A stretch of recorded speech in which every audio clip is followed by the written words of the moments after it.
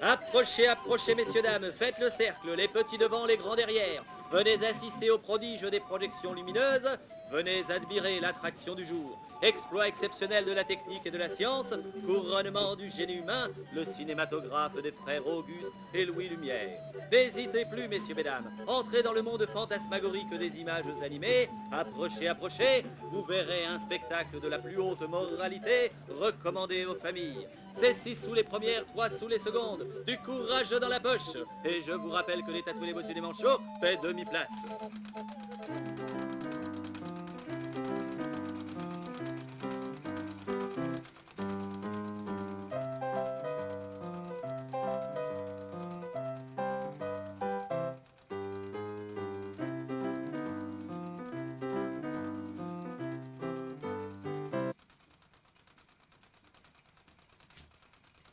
Mesdames, Mesdemoiselles, Messieurs, bienvenue au royaume des images animées.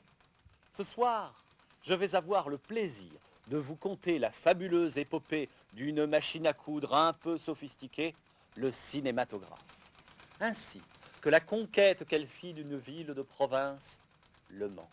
Mais tout cela se passe il y a 100 ans, en 1896. À cette époque, Le Mans est une ville industrielle et commerçante de 60 000 habitants. C'est un lieu important d'échange depuis l'installation du chemin de fer, quelques 40 ans plus tôt. Aussi, les toutes dernières nouveautés ne tardent-elles jamais à être présentées au Mans.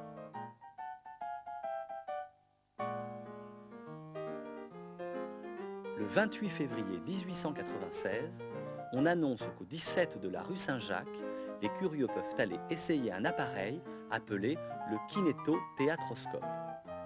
Il s'agit en fait du kinétoscope d'Edison, machine à sous fabriquée depuis 1893 et qui figure dans les stands des foires.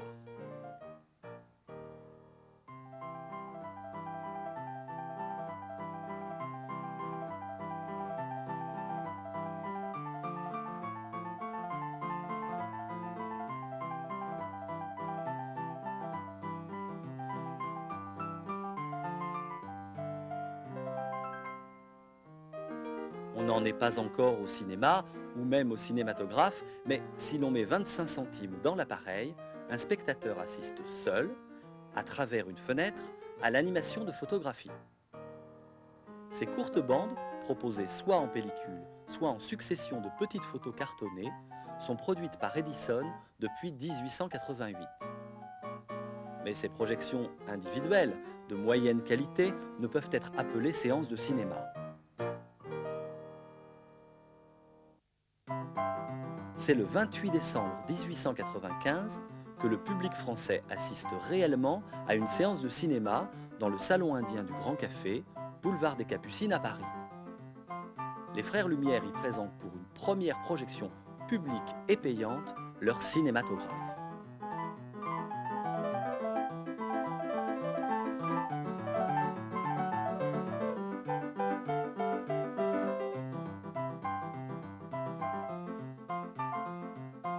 Très rapidement, le succès est grand.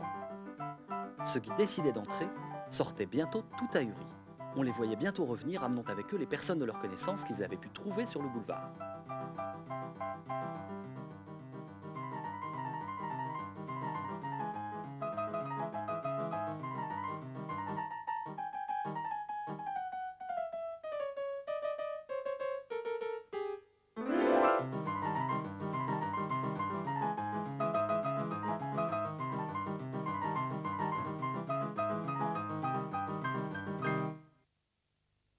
L'invention des frères Lumière a la particularité de permettre, avec le même appareil, de réaliser le tournage, le développement et la projection du film cinématographique. Contrairement à Edison, la famille Lumière se refuse à vendre ses machines et décide d'exploiter elle-même le procédé.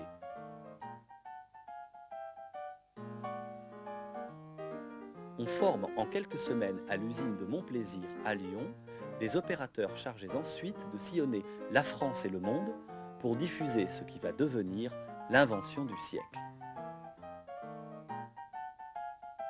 C'est un de ces opérateurs qui, au début de l'été 1896, va faire découvrir le cinéma au Manceau.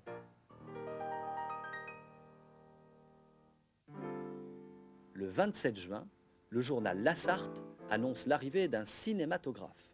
Le mot cinématographe est ici écrit avec un Y à la place du I, c'est dire si l'on ne sait pas encore grand-chose de la nouveauté. C'est un cinématographe lumière direction Rossy qui ouvre le bal le 29 juin, salle des concerts, à l'angle de la rue de la Comédie et de la rue des Filles-Dieu, aujourd'hui avenue Rostov-sur-le-Don.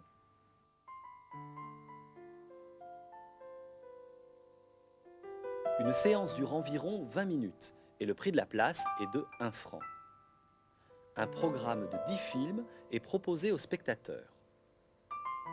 Le premier jour, la qualité des images laisse un peu à désirer. Les trépidations sont nombreuses et l'on est obligé de corriger quelques défauts.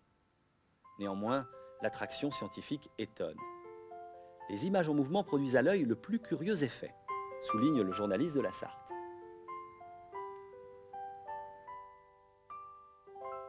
Mais 4 jours plus tard, un concurrent s'installe à l'Eldorado, 34 places de la République.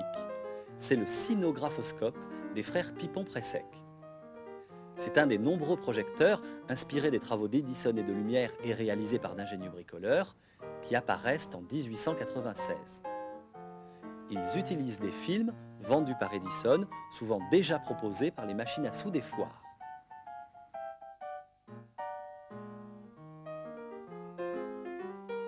Les 2 premières séances du cinégraphoscope font salle comble et la critique est excellente. S'ensuit une véritable guerre commerciale entre les 2 concurrents. On peut voir maintenant le spectacle pour 50 centimes et si chez Lumière on renouvelle souvent les vues, du côté du cinégraphoscope, on fait remarquer que la projection est de meilleure qualité. À la fin du mois de juillet, les opérateurs reprennent leur tournée vers d'autres villes françaises. Les premiers pas du cinématographe au Mans auront duré 5 semaines. L'été passe avant que ne reviennent les images animées. En septembre, le kinétographe Robert Houdin s'installe au premier étage de la brasserie Gruber, place de la République. Au programme des soirées, on propose une bande cinématographique en couleur, la Loï Fuller. Ce film est probablement le premier en couleur peinte à la main, réalisé dans le monde.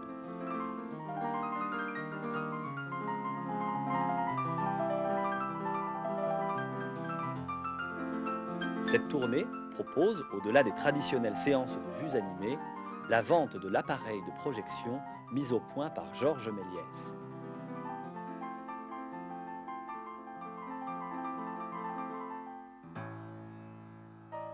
Mais un tragique événement va marquer à jamais l'épopée cinématographique. Le 4 mai 1897, à Paris, au Bazar de la Charité, on donne des projections. Vers 4 heures, l'explosion du système d'éclairage du projecteur provoque l'inflammation brutale du pavillon, embrasant soudain l'ensemble du bâtiment. Plus de 130 personnes, membres de la haute société parisienne, trouvent la mort dans cet incendie. Le rejet de la toute jeune invention qu'est le cinématographe est total. Désormais, il va trouver sa place là où tout est possible, à la foire. Mesdames, Mesdemoiselles, Messieurs, la baraque cinématographe a l'immense privilège de vous présenter maintenant et en première exclusivité mondiale son programme de vues animées artistiques et panoramiques. Mais auparavant, j'aimerais que nous accueillions avec tout le respect qui sied à son immense talent, Maestro Antonin Pignol de l'Alcazar de Marseille.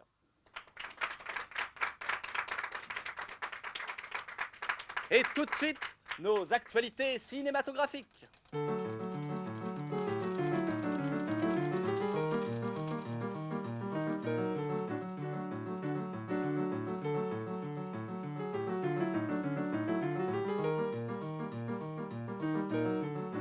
Arrivé à la foire, la séance de cinématographe devient un spectacle plus qu'une attraction scientifique.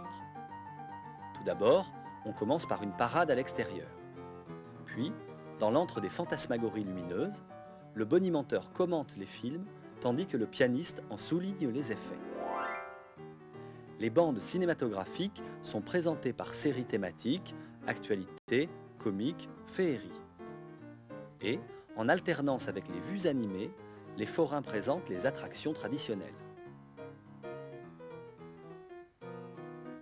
Ainsi, dans le même programme, on peut trouver à côté des films un pitre, comme ici Auguste Clam, un chanteur comique, un numéro de fakirisme, une voyante ou encore une curiosité de la nature comme Cobblecoff, le célèbre homme-tronc qui installe son cinématographe géant, place des Jacobins, en mars 1906.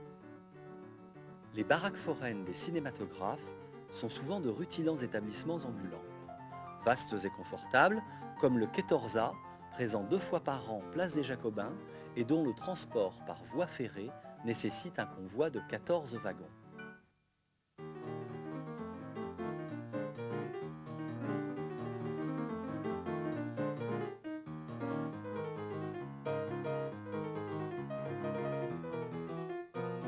Le goût du public forain pour l'excentricité et la franche rigolade va fortement orienter la création cinématographique vers des productions où cocasserie, trucage et effets comiques se disputent la vedette.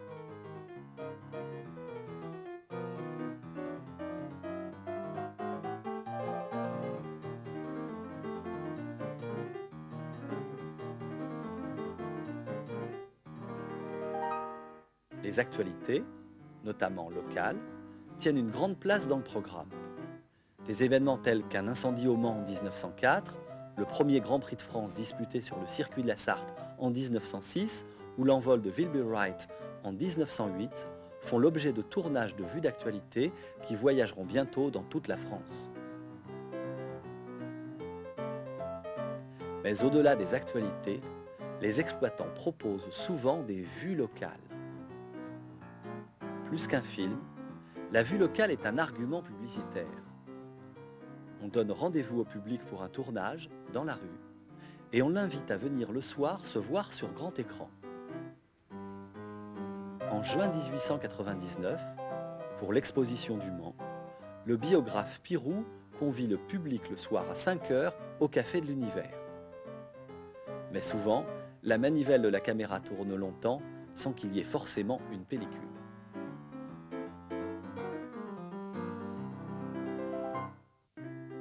Dès l'année 1898, quelques salles au Mans vont accueillir des tournées cinématographiques.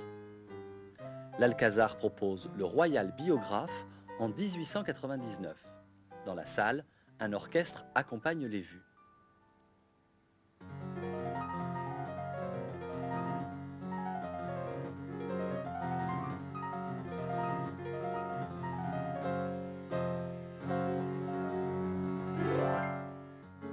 Les films sont loués à des tourneurs indépendants ou, à partir de 1905, à de grandes firmes comme Pathé et Gaumont. Le système de la location permet de renouveler plus souvent les programmes. Les salles de bal, les cafés, les salles de patronage comme celle de la rue de Luynes, qui accueille le grand cinématographe Edison en avril 1906, tous les lieux de spectacle sont investis par le cinématographe.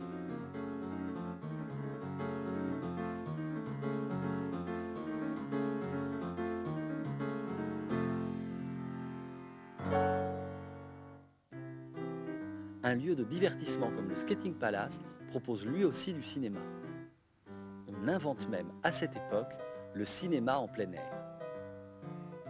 Dès 1907, durant l'été, aux terrasses des cafés de la place des Jacobins puis de la place de la République, on donne tous les soirs 2 heures de spectacle cinématographique sans interruption. La projection est réalisée sur un écran transparent afin que les spectateurs installés d'un côté ou de l'autre de la place puissent voir les films.